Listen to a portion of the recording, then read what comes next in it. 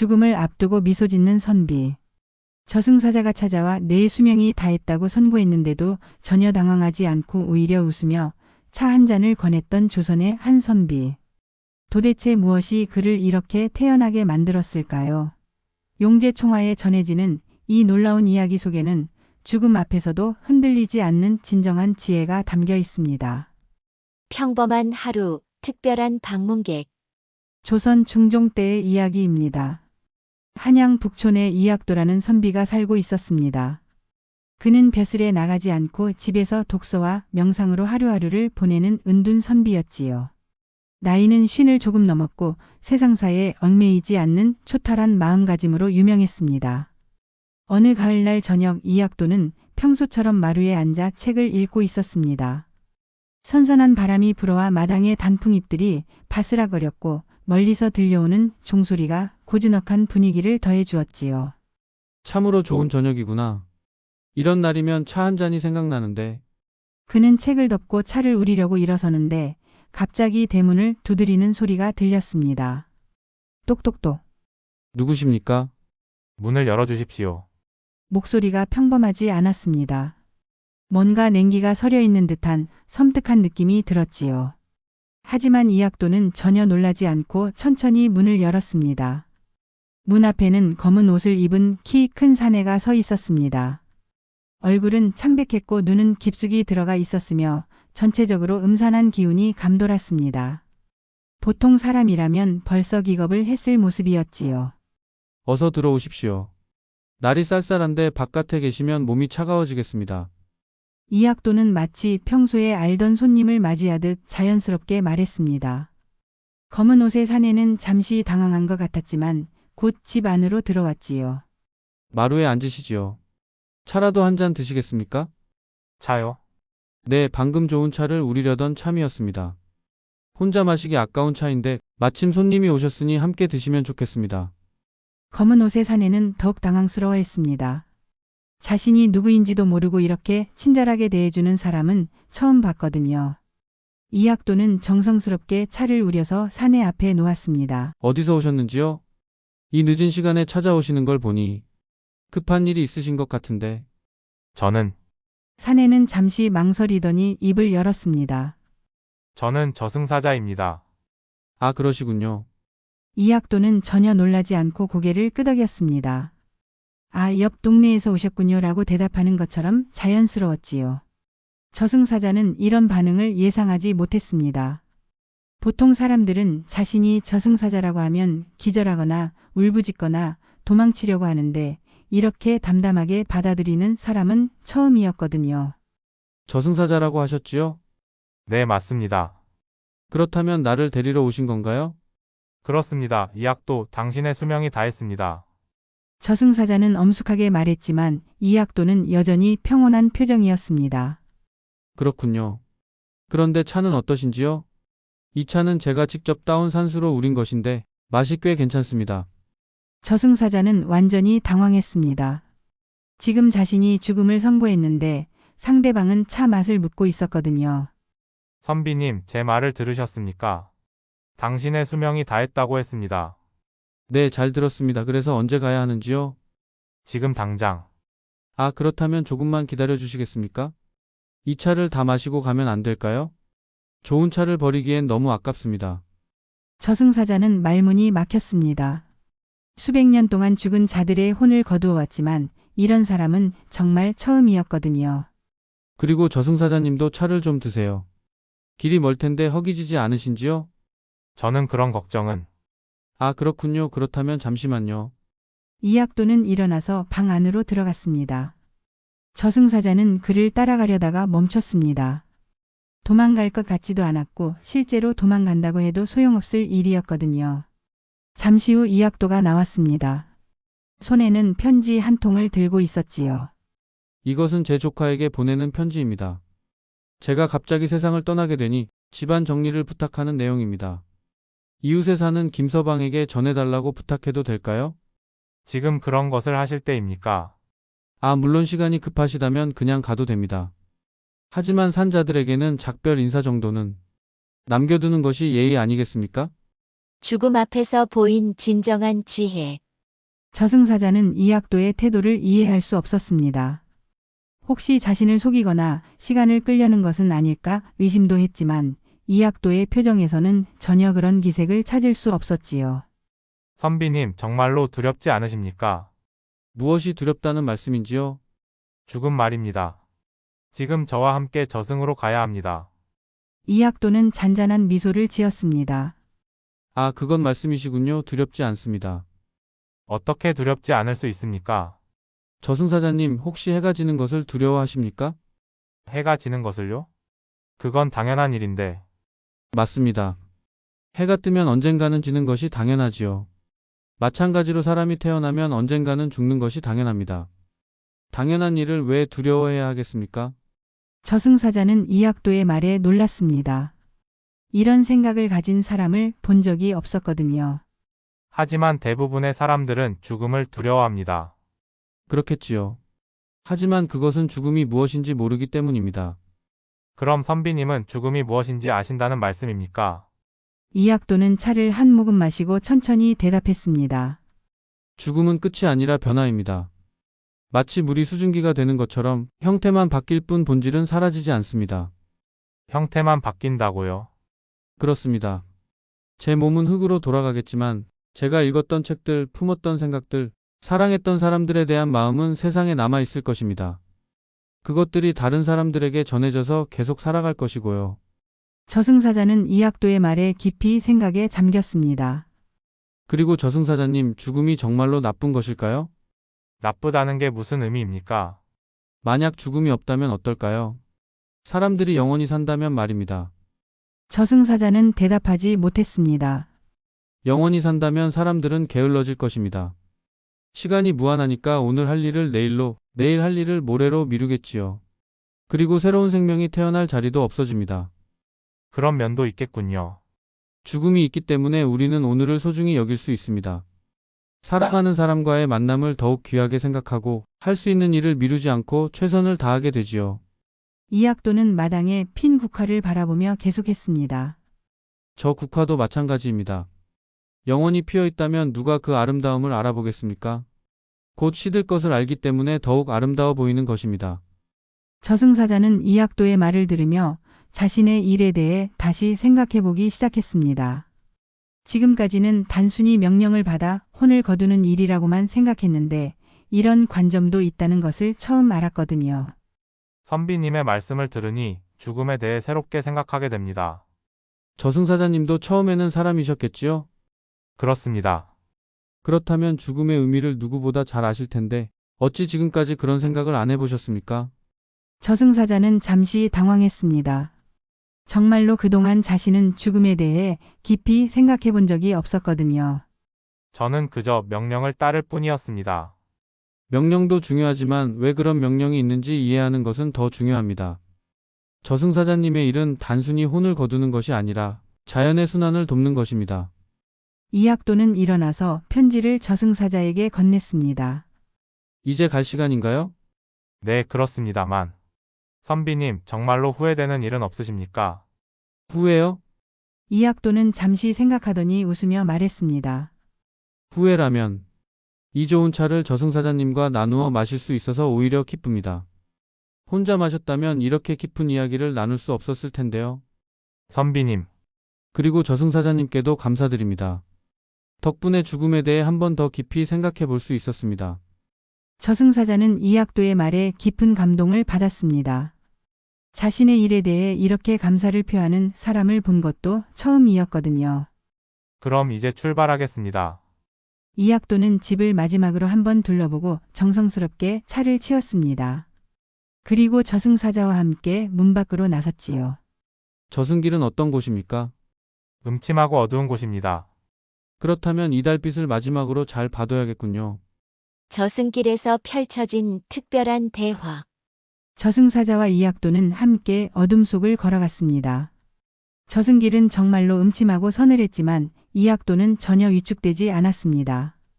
오히려 호기심 어린 눈으로 주변을 둘러보며 걸었지요. 저승사자님, 이 길을 얼마나 많이 다니셨나요? 수백 년은 된 것 같습니다. 그렇다면 많은 사람들을 만나보셨겠네요. 어떤 사람들이 가장 기억에 남습니까? 저승사자는 잠시 생각해 보더니 대답했습니다. 대부분은 울거나 애원하거나 도망치려고 합니다. 가끔은 화를 내거나 저를 저주하는 사람도 있고요. 그렇겠군요. 갑작스러운 이별은 누구에게나 어려운 일이니까요. 하지만 선비님 같은 분은 처음입니다. 제가 특별한 건 아닙니다. 단지 준비가 되어 있었을 뿐이지요. 준비라고 하시면 이학도는 길가의 핀 야생화를 보며 말했습니다. 평소에 죽음에 대해 자주 생각해 봤습니다. 사람은 언제 어떻게 죽을지 모르니까 매일 밤 잠들 때마다 내일 아침에 깨어나지 못할 수도 있다. 고 생각했지요. 그런 생각을 하면 무섭지 않았습니까? 처음에는 무서웠습니다. 하지만 자꾸 생각하다 보니 오히려 마음이 편해졌어요. 죽음을 받아들이니까 하루하루가 더 소중해졌고 사소한 일에 화내거나 걱정하는 일도 줄어들었습니다. 저승사자는 이학도의 말에 고개를 끄덕였습니다. 정말로 지혜로운 사람이라는 생각이 들었거든요. 그리고 저는 책을 많이 읽었습니다. 선현들의 가르침을 통해 삶과 죽음의 의미를 깨달을 수 있었지요. 어떤 가르침이 가장 도움이 되었습니까? 공자께서 하신 말씀 중에 미지생 언지사라는 말이 있습니다. 삶도 제대로 모르는데 어찌 죽음을 알겠느냐 는 뜻이지요. 그 말씀을 어떻게 이해하셨습니까? 저는 이렇게 해석했습니다. 진정으로 삶을 이해한 사람은 죽음도 자연스럽게 받아들일 수 있다고 말이에요. 삶과 죽음은 동전의 양면 같은 것이니까요. 길을 걷던 중 갑자기 앞에 큰 강이 나타났습니다. 강물은 검푸르게 흘러가고 있었고 건너편은 아득히 멀어 보였지요. 이것이 삼도천입니다. 이 강을 건너면 저승에 도착합니다. 아, 그 유명한 삼도천이군요. 생각보다 넓네요. 강가에는 나룻배 한 척이 있었고 사공이 기다리고 있었습니다. 사공은 해골 같은 얼굴에 너덜너덜한 옷을 입고 있어서 보는 사람을 섬뜩하게 만들었지요. 이학도는 사공에게도 정중히 인사했습니다. 사공은 깜짝 놀랐습니다. 자신에게 이렇게 예의를 갖춰 인사하는 죽은 자는 처음이었거든요. 네, 배에 타십시오. 배에 오른 이학도는 강물을 바라보며 감탄했습니다. 이 강물도 참 신기하네요. 어디서 흘러와서 어디로 가는 걸까요? 그런 건 생각해 본 적이 없습니다. 사공이 대답했습니다. 모든 물은 바다로 향한다고 했는데 이 물도 결국 어딘가에 바다로 흘러가겠지요. 그리고 증발해서 구름이 되고 비가 되어 다시 땅으로 돌아올 것입니다. 순환한다는 말씀입니까? 그렇습니다. 자연의 모든 것은 순환합니다. 사람도 마찬가지고요. 저승사자는 이학도의 말을 들으며 자신의 일에 대해 새로운 관점을 갖게 되었습니다. 지금까지는 단순히 혼을 나르는 일이라고만 생각했는데 자연의 순환을 돕는 일이라고 생각하니 더 의미 있게 느껴졌거든요.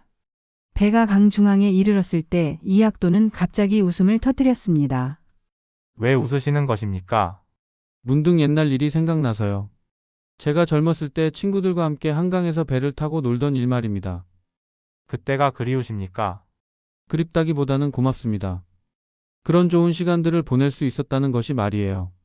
후회는 정말 없으십니까? 이학도는 잠시 생각해 보더니 대답했습니다. 후회가 아예 없다고 하면 거짓말이겠지요. 하지만 후회한다고 해서 과거가 바뀌는 것은 아니니까 받아들이는 것이 낫다고 생각합니다. 어떤 일을 후회하십니까? 부모님께 더 효도하지 못한 것, 좋은 책을 더 많이 읽지 못한 것, 어려운 사람들을 더 도와주지 못한 것, 그런 것들이요. 그렇다면 아쉬우실 텐데. 아쉽지만 원망하지는 않습니다. 제가 할 수 있는 만큼은 했다고 생각하거든요. 완벽하지는 않았지만 최선을 다했습니다. 저승 입구에서 일어난 놀라운 일. 삼도천을 건넌 이학도와 저승사자는 저승 입구에 도착했습니다. 거대한 성문이 우뚝 서 있었고 그 위에는 황천문이라는 현판이 걸려 있었습니다. 문 양쪽에는 무시무시한 문지기들이 서서 지키고 있었지요. 드디어 도착했군요. 이학도는 저승의 입구를 보며 감탄했습니다. 생각보다 웅장하네요. 이 문을 지은 사람들의 정성이 대단했겠어요. 문지기 중 하나가 나서며 물었습니다. 누구냐? 이름과 생년월일을 대라. 보통 죽은 자들은 이 시점에서 벌벌 떨며 대답하곤 했는데 이학도는 침착하게 대답했습니다. 저는 이학도라고 합니다. 생년월일은 그런데 문지기가 장부를 확인하더니 고개를 갸웃거렸습니다. 이상한데? 이학도의 이름이 여기 없다. 없다고요? 저승사자도 놀랐습니다. 분명히 명부에서 이학도의 이름을 확인하고 데리러 갔는데 문지기는 다시 한번 꼼꼼히 장부를 뒤져봤지만 이학도의 이름은 어디에도 없었습니다. 이런 일은 처음이네. 잠깐만 상부에 확인해 보겠다. 문지기가 어디론가 사라진 후 이학도와 저승사자는 문 앞에서 기다리게 되었습니다. 이상한 일이군요. 저승사자가 당황하며 말했습니다. 분명히 명부에 있었는데 저승사자님 혹시 실수를 하신 것은 아닐까요? 그럴 리가 혹시?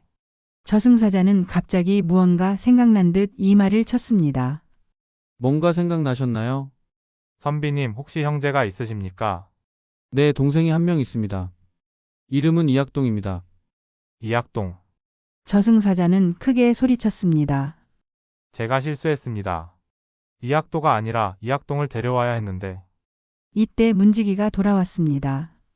확인해보니 정말로 이학동이 맞다. 이학도는 아직 수명이 20년이나 남았어. 저승사자는 얼굴이 새빨갛게 되었습니다. 정말 죄송합니다, 선비님. 제가 큰 실수를 저질렀네요. 하지만 이학도는 전혀 화내지 않고 웃으며 말했습니다. 괜찮습니다. 실수는 누구나 할 수 있는 일이지요. 하지만 선비님을 이렇게 고생시켜드렸는데. 고생이라니요. 오히려 좋은 경험이었습니다. 저승사자님과 좋은 대화도 나누었고 저승길도 구경해 볼 수 있었으니까요. 문지기가 말했습니다. 그럼 이제 돌아가셔야겠네요. 하지만 한번 저승에 온 사람을 그냥 돌려보낼 수는 없어요. 염라대왕님께 인사를 드리고 가셔야 합니다. 염라대왕님을요? 네, 이런 특별한 경우는 반드시 염라대왕님께 보고해야 하거든요. 이학도는 고개를 끄덕였습니다. 그렇다면 뵙겠습니다. 염라대왕님이라니 영광스러운 일이네요. 저승사자와 이학도는 염라전으로 향했습니다. 길을 걸으면서 저승사자는 계속 미안해했지요. 정말 죄송합니다. 제가 너무 부주의했습니다. 저승사자님, 이것도 인연입니다. 혹시 제가 죽음에 대해 제대로 준비가 되어 있는지 미리 확인해 보라는 하늘의 뜻일지도 모르잖아요. 그렇게 생각하시는군요. 그렇습니다. 그리고 덕분에 20년 후에 다시 만날 때는 더 준비된 마음으로 갈 수 있을 것 같습니다. 20년 후에. 네, 그때는 실수하지 마시고요. 이학도는 농담처럼 말하며 웃었습니다. 저승사자도 따라서 웃었지요. 염라전에 도착했습니다. 웅장한 건물 앞에서 이학도는 잠시 멈춰 섰습니다. 정말 대단한 건물이네요. 이런 곳을 구경할 수 있다니 정말 좋은 기회입니다.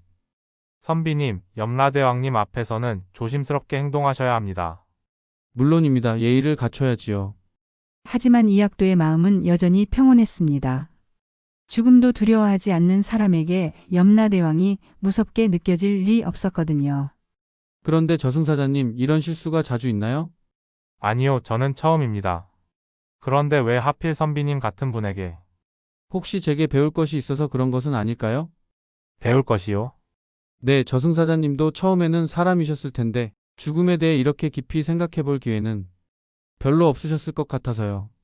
저승사자는 이학도의 말에 고개를 끄덕였습니다. 정말로 오늘 많은 것을 배웠다는 생각이 들었거든요.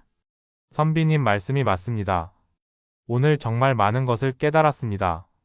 그럼 이 일도 의미가 있었던 거네요. 염라대왕과의 만남과 예상치 못한 제안. 염라전의 거대한 문이 열리자 웅장하고 엄숙한 분위기가 느껴졌습니다. 높은 옥좌에 앉은 염라대왕은 위험 있는 모습으로 이학도를 내려다보았지요. 보통의 죽은 자라면 벌벌 떨며 무릎을 꿇었을 상황이었습니다. 하지만 이학도는 공손히 절을 올리며 차분하게 인사했습니다. 염라대왕님께 인사드립니다. 이학도라고 합니다. 염라대왕은 이학도의 태도에 놀랐습니다.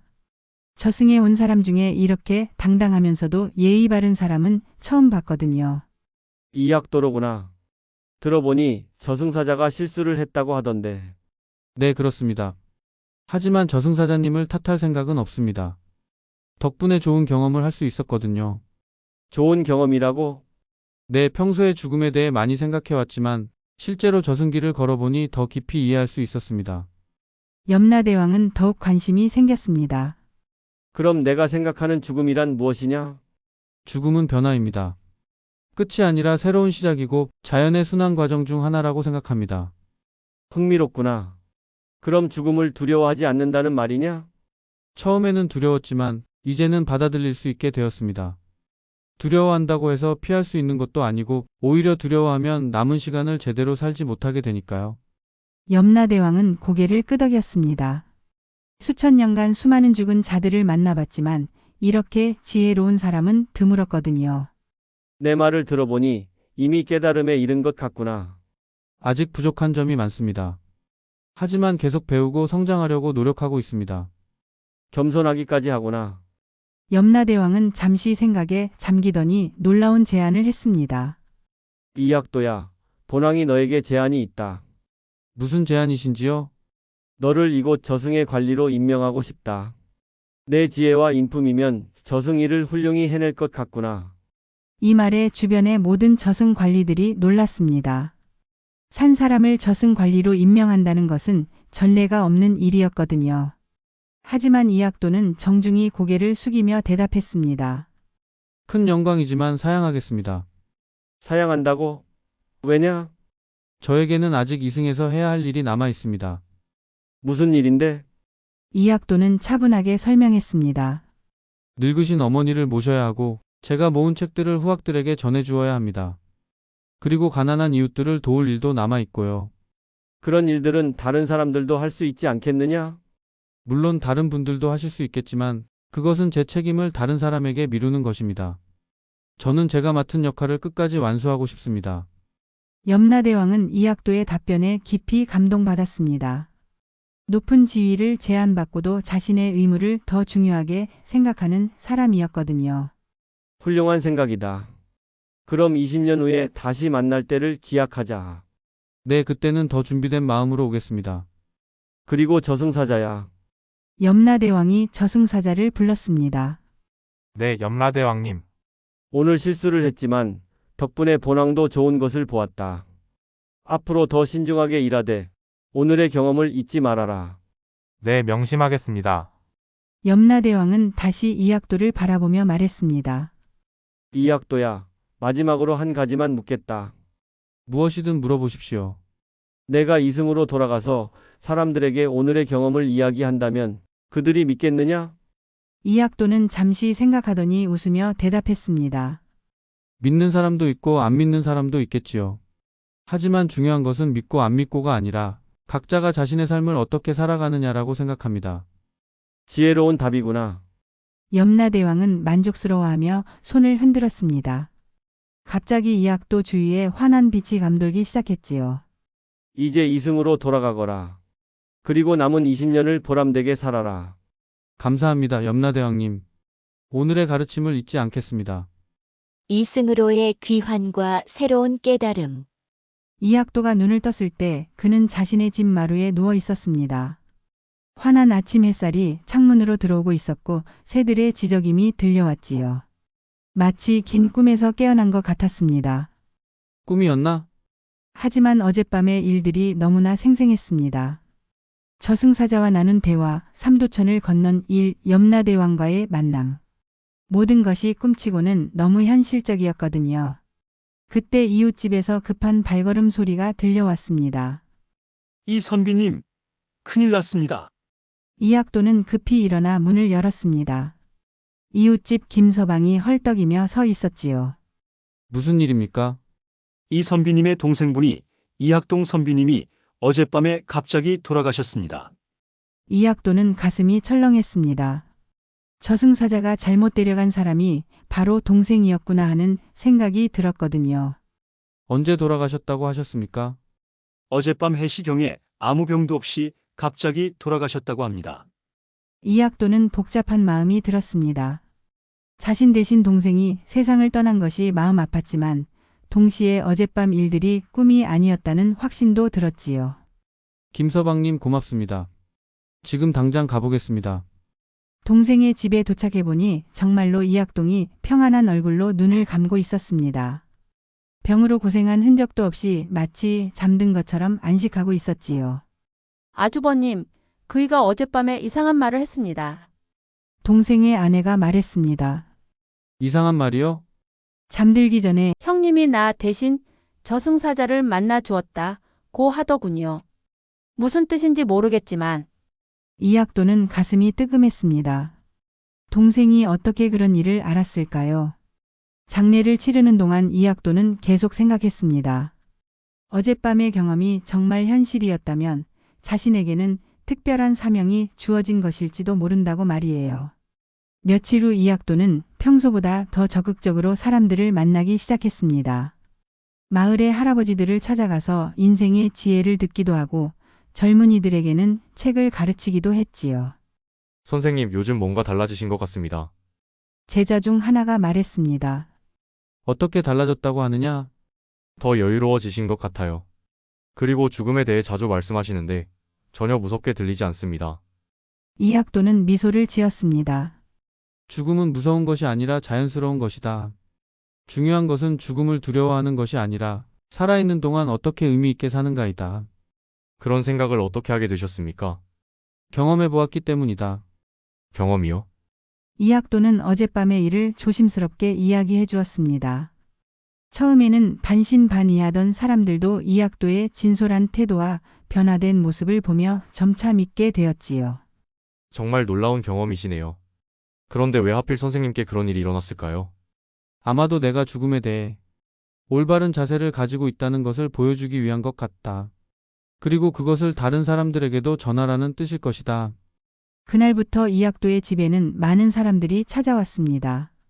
죽음을 앞둔 노인들, 가족을 잃고 슬퍼하는 사람들, 인생의 의미를 찾고 있는 젊은이들.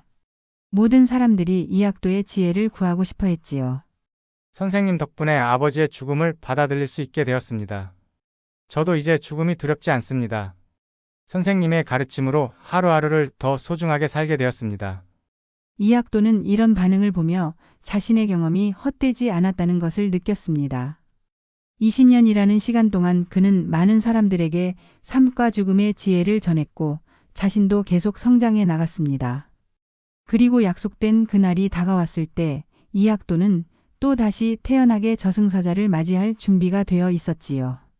이 이야기는 후에 용제총화에 기록되어 많은 사람들에게 전해졌고 죽음에 대한 올바른 자세가 무엇인지를 보여주는 귀중한 교훈이 되었습니다. 여러분, 오늘의 이야기는 어떠셨나요? 죽음을 눈앞에 두고도 전혀 동요하지 않았던 조선 선비 이학도의 놀라운 이야기였습니다. 그의 태연함과 지혜는 저승사자마저 감동시킬 정도였지요.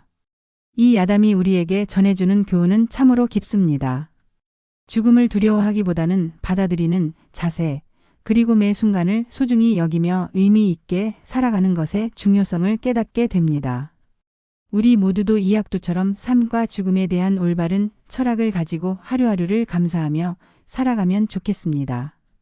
다음에는 청구야담에서 전해지는 또 다른 감동적인 이야기로 찾아뵙겠습니다. 저승사자를 사랑한 조선기생의 로맨스라는 제목으로 인간과 저승사자 사이에 피어난 애절하고 아름다운 사랑 이야기를 준비했습니다. 구독과 좋아요, 그리고 여러분의 따뜻한 댓글로 함께해 주세요.